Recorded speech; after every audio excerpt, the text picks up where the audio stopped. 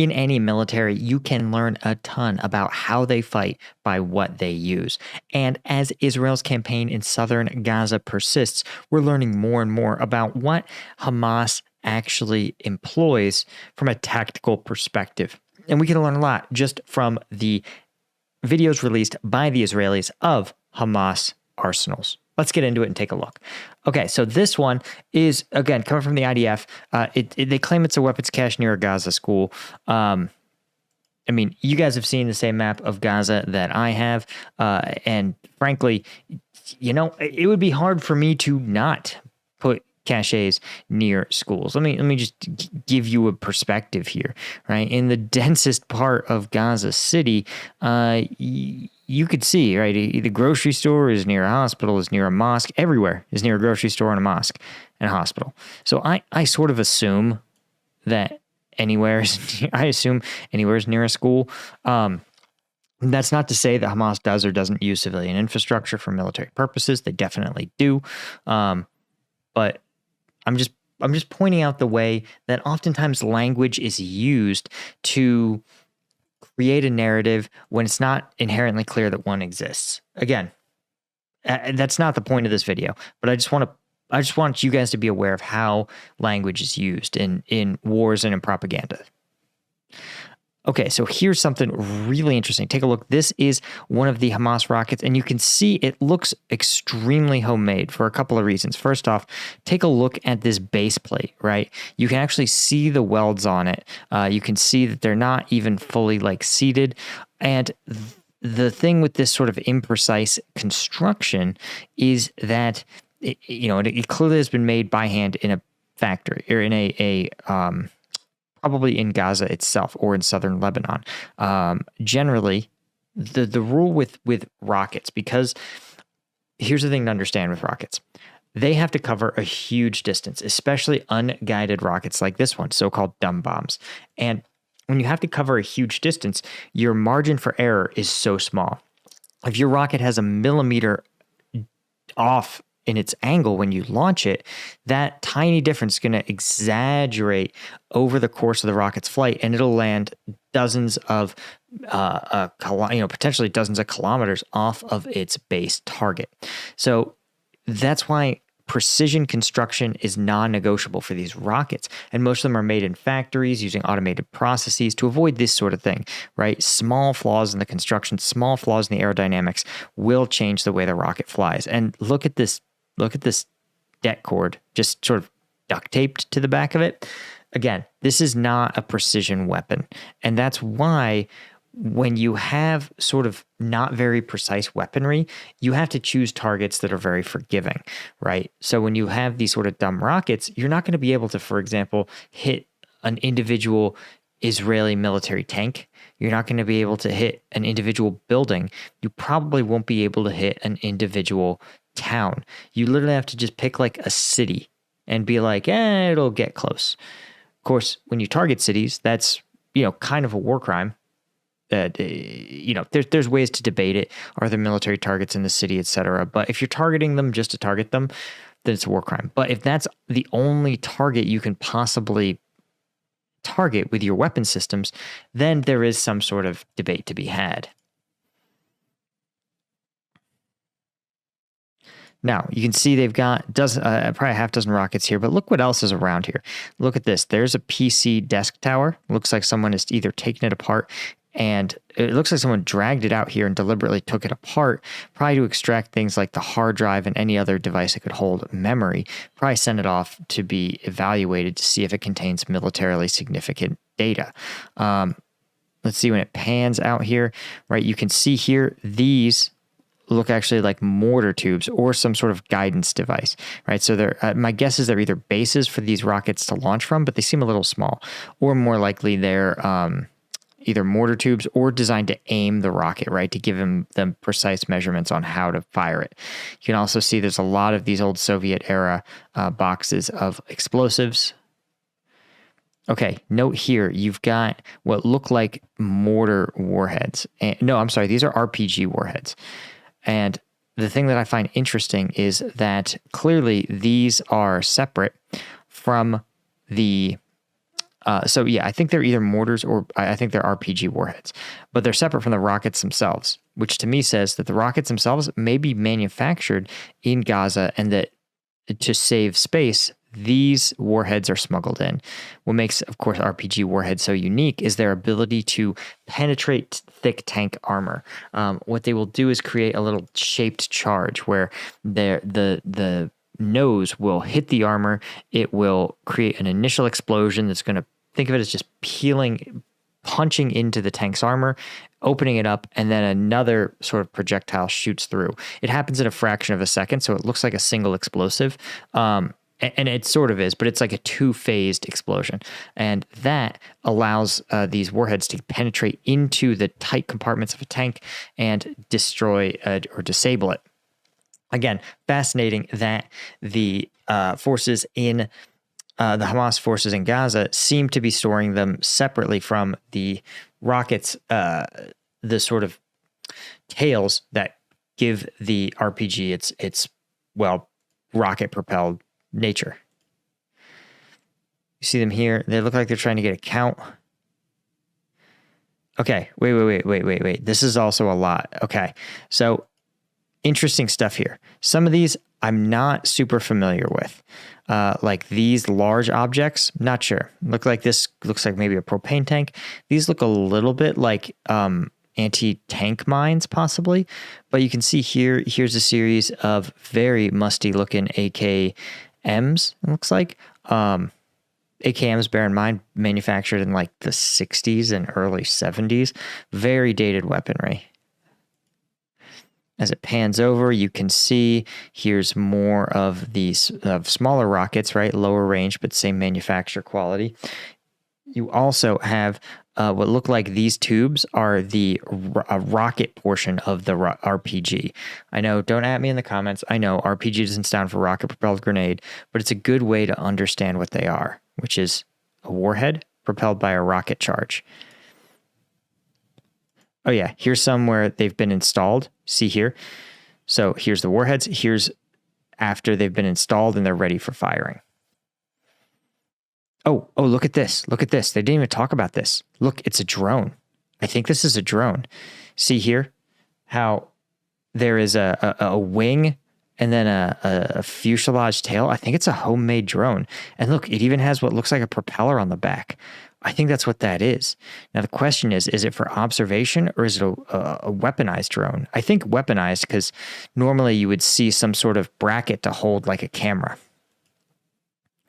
Oh, and look at these. These are all of the Hamas homemade weapons. These are a homegrown anti-tank weapon.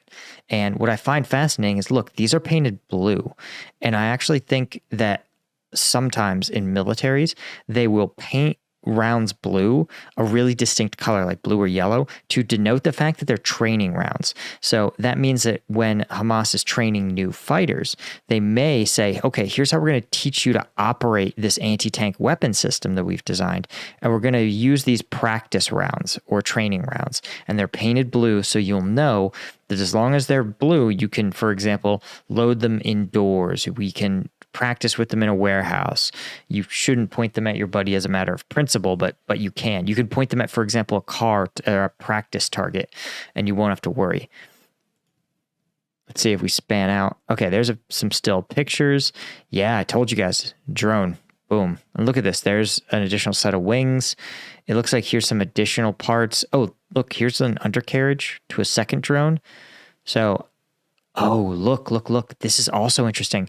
So there are a lot of reports that Hamas relies on scuba divers to actually recover weapons. What happens is their suppliers will drop floating caches of weapons into the sea on passing tankers, and Hamas divers will dive out from Gaza and will swim out and recover the caches, usually from like Lebanon or the Iranian Revolutionary Guard Corps will be dropping these caches.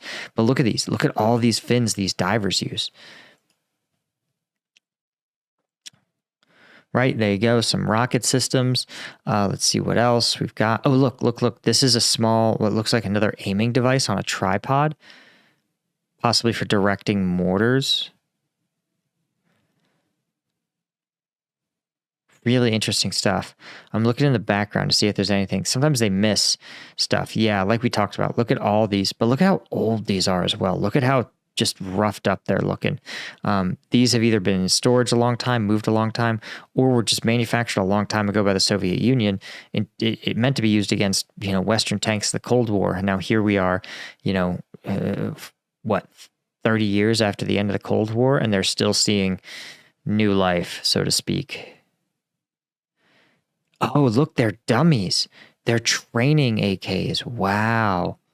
They're either okay, my first thought is they're for training.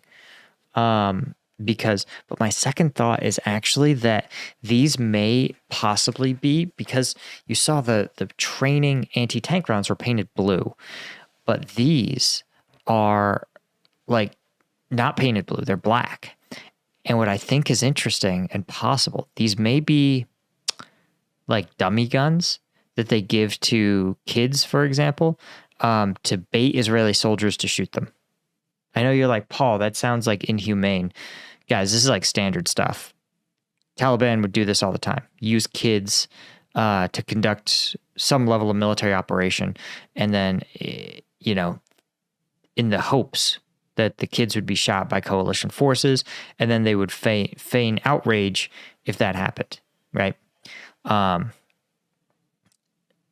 Again, lives are just different when you're one of these like jihadist groups. I don't know what else to tell you. Maybe they think they're doing the kids a favor by, never mind. But just be realistic about what's possible. Again, my first thought is training, but training is my first thought, but my second thought is decoy weapons. It could also literally be decoys, like to sort of divert or trick maybe Israeli searches or like Israeli drones to think there's a cache, to give them a false sense of where caches are located. Okay, again, I don't know what these are. These may be IEDs, but look at how thick the concrete is. Maybe they're IEDs, that these are like planted, loaded with explosives, planted under the ground, meant to explode, but like that's really thick concrete. What? So guys, anyway, if you are interested in checking out, if you're like me, right, we got one more video for you of a cache.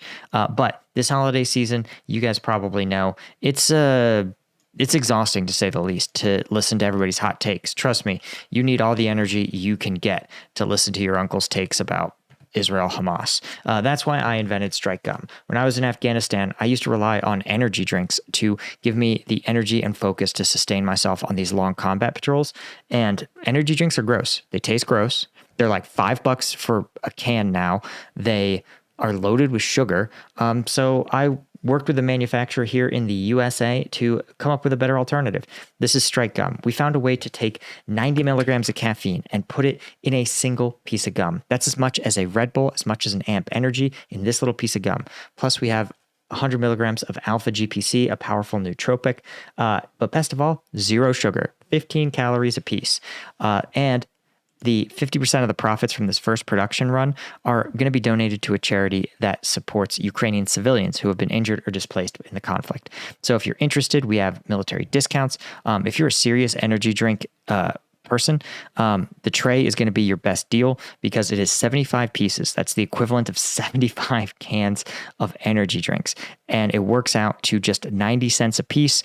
Plus, if you check, we do have some deals now. If you sign up for the deal alerts, we'll give you 10% off your first order. So you can get it for even less. It's a great, great way to reduce the insanely expensive energy drink habit that you don't need to lie to me. We all have it.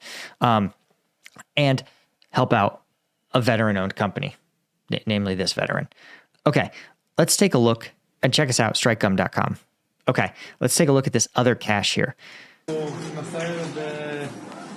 These are from Israeli reconnaissance soldiers fighting in actually the north central part of Gaza. So notice here we've got some more of these homemade anti-tank rockets. But look what else. They've got a belt of ammunition. They also have what looks like an explosive vest here, or just a standard combat vest. But you can see there's a bunch of other stuff here, which I think is weird. As they point out, there's like diapers, baby food, a lot of blankets. אנחנו יכולים לראות פה משגרי RPG שנמצאו, אמל"ח רב, מכדורים, ברוסים. Oh, they're homemade RPG launchers. See, RPG 7 VR. So this looks homemade. But look, you see the vest here? It's just a combat vest, I think, as well as a whole box of ammunition and a whole barrel of bullets, actually. חלקם עם פצ'ים של נוח'בה, וזה סממן משמעותי. לצד כל הדבר הזה, כמו שאתם יכולים לראות, יש גם... Again, they always point out that there's like, oh, there's diapers here, there's baby food. Listen, I don't know what to tell you guys. If you live in one of, like, it doesn't mean that there's like babies playing in the bullets and stuff, right? You know, if you live in somewhere like Gaza, dude, you don't have as much space. Like, babies take a lot of diapers. I don't know what to tell you. Like, you know, come to my house. There's diapers next to everything because that's just how babies operate. Again, I call a spade. Like, this is the channel where we have no problem calling out Hamas for their nonsense, but we also are trying to be realists here.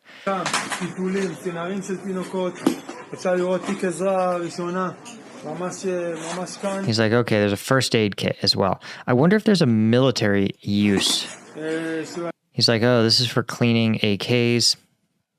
Maybe. Cleaning AKs is like pretty redundant, and AKs come with a cleaning rod attached to the weapon. It's under the barrel. So there's actually not a tremendous need for like a ton of AK cleaning supplies. Some of the ones actually have a little negative space drilled in the hole where you can, in the buttstock, where you can insert a cleaning kit. Did you know you can actually clean AKs with a Mosin cleaning kit as well? Some of them. There's still some barrel brushes you shouldn't double down on. But anyway, guys, that is all I had for you. Thank you guys so much for joining me. I hope you learned something. I certainly learned something about Hamas's tactics and operations here, and just how much they rely on these kind of indirect fire, anything that's going to prevent them from having to do a direct confrontation with Israeli forces. Anyway, thanks a lot, guys. See you in the next one. Cheers.